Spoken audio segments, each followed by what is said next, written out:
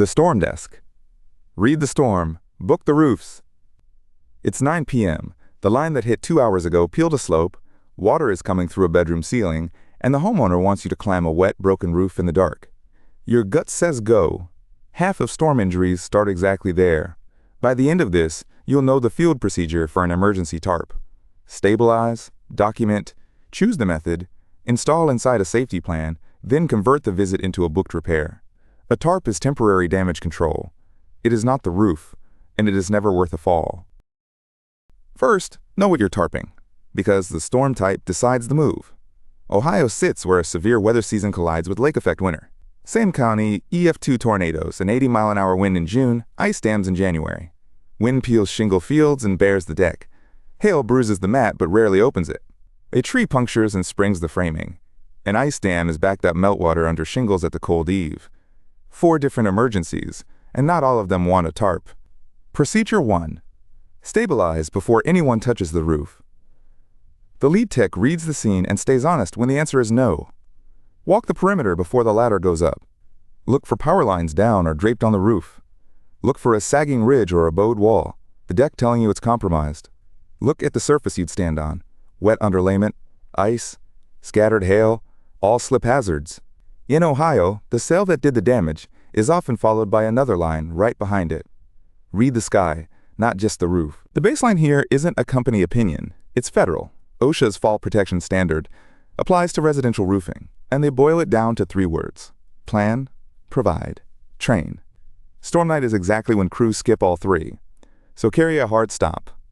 Any one of these and you do not climb. Lightning within 10 miles. Wind still gusting hard enough to make a tarp uncontrollable. A limb resting on the roof, because the load can shift. Visible structural movement. Ice on the work surface. Darkness with no aimed lighting. Only one worker on site. One box checked. The climb is off. Some scenes need other trades before a roofer belongs on them. A limb, tangled with the service drop, the wire from the pole to the house, is a utility call, not your ladder.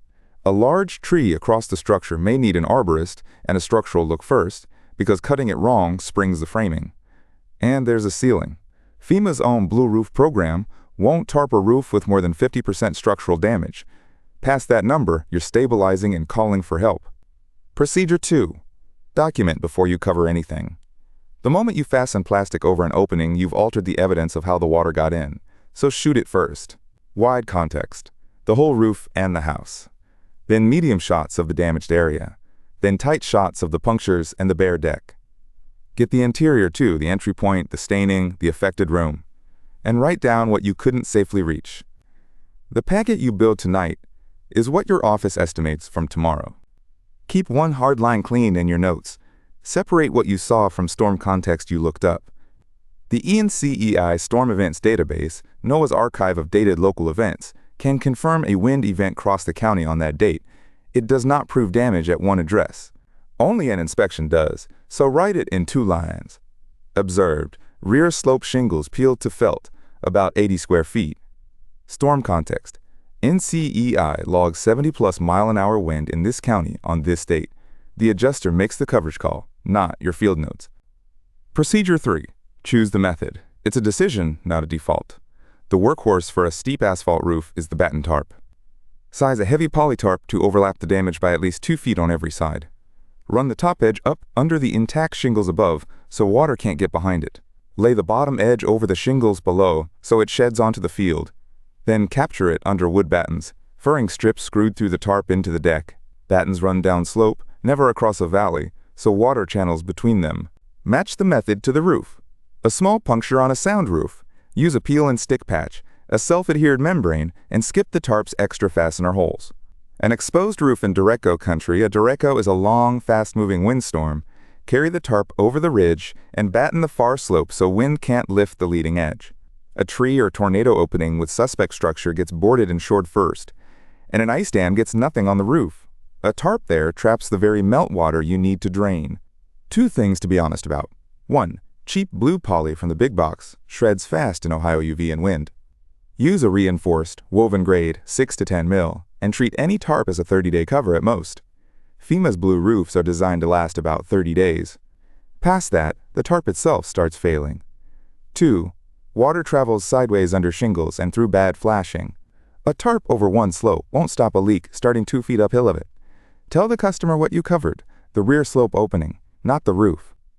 Procedure 4. Install only inside a controlled safety plan. Before the ladder goes up, run a 2-minute tailgate talk. Who's leading? Who's watching weather and ground hazards? Where the fall protection is anchored. Anchor to sound structure, never a gutter, a vent, or a single ridge nail, and assume any anchor might be compromised until you confirm it. 2 people minimum. A tarp acts like a sail, and one person fighting a 12 by 16 sheet in a gust is how people go off edges, and never ask the homeowner to help. If they get hurt, that's yours. If conditions degrade mid-install, stop. Wind picks up, light fails, a cell moves in, secure what's safely fastened, and finish later. A half-tarped roof with the loose edges weighted and the opening covered beats a full tarp installed by an exhausted crew in a thunderstorm.